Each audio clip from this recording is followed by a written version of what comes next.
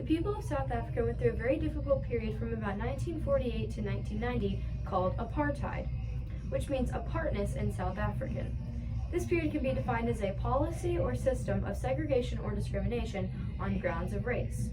These people were first forced not to practice their own religion and often weren't even able to speak their own languages. During this time, South Africa had an all-white government, and the country was not doing very well economically or in other aspects, which shows how this white government really affected them in a negative way. Towards the end of this period, all of the white South Africans owned about 90% of the land in South Africa, although they were only 10% of the population in South Africa. This shows how there was an extreme imbalance racially, and that this really had a negative effect on this time. To further look into this period and focus on the resistance they practiced in Africa, I used the research question, how did the people of Africa resist change after the events of apartheid? It took much effort from all groups of people in order to resist the change and restore, the change in Africa, and restore the culture loss that they had already experienced. And the government played a huge role in this resistance. There were many legal restrictions that were playing into this culture block. So although the government was one of the main causes of this discrimination, they were also one of the main pushes for getting rid of the discrimination. Originally, South Africans were not allowed to be a part of court, and once they were allowed to, there was a much more positive lean towards this getting rid of this discrimination racially. Cameron Edwin attacked the Constitution in the way that he considered its racism tendencies.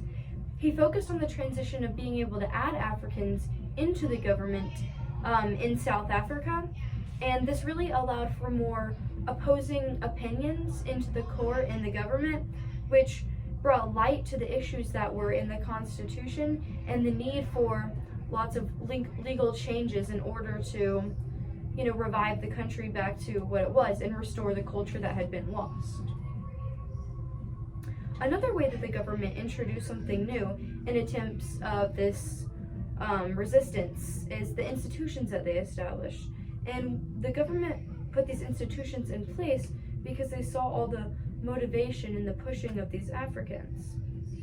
One of these institutions that they established was the ANC, which is the African National Congress in South Africa. And this group non-violently protested and striked in order to be noticed and push for discrimination, getting rid of discrimination in South Africa. Not only did the government help Africa oppose apartheid, but the people in South Africa had just as much of an effect in creating this push as the government did. Many people created these small villages to attempt a smaller scale method of preservation. For example, Beth Hayward studies many of these villages and how they were able to revive African culture to what it was before any of the apartheid events. These villages attempted to restore an entire country. Attempting to restore an entire country can be very unrealistic, and it doesn't seem very like that's capable of happening. But if we create these little villages, it's a smaller, much more approachable problem that can be spread then throughout the country. So it's a much more reasonable method to creating this resistance, because we can contain the culture and then spread it, because that makes it much more realistic and doable. Sometimes people turn to art in order to show off their culture and to grow more support for their culture. Marta Montanini particularly studied the Red Location Museum, where they performed a project in order to bring African culture to the light.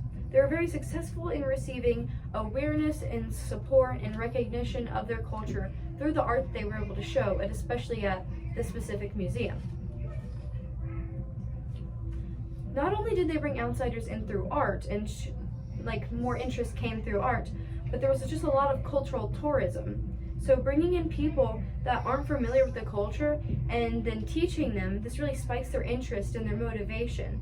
And this makes them want to have more of a desire to practice preservation and help the people in South Africa to restore their culture.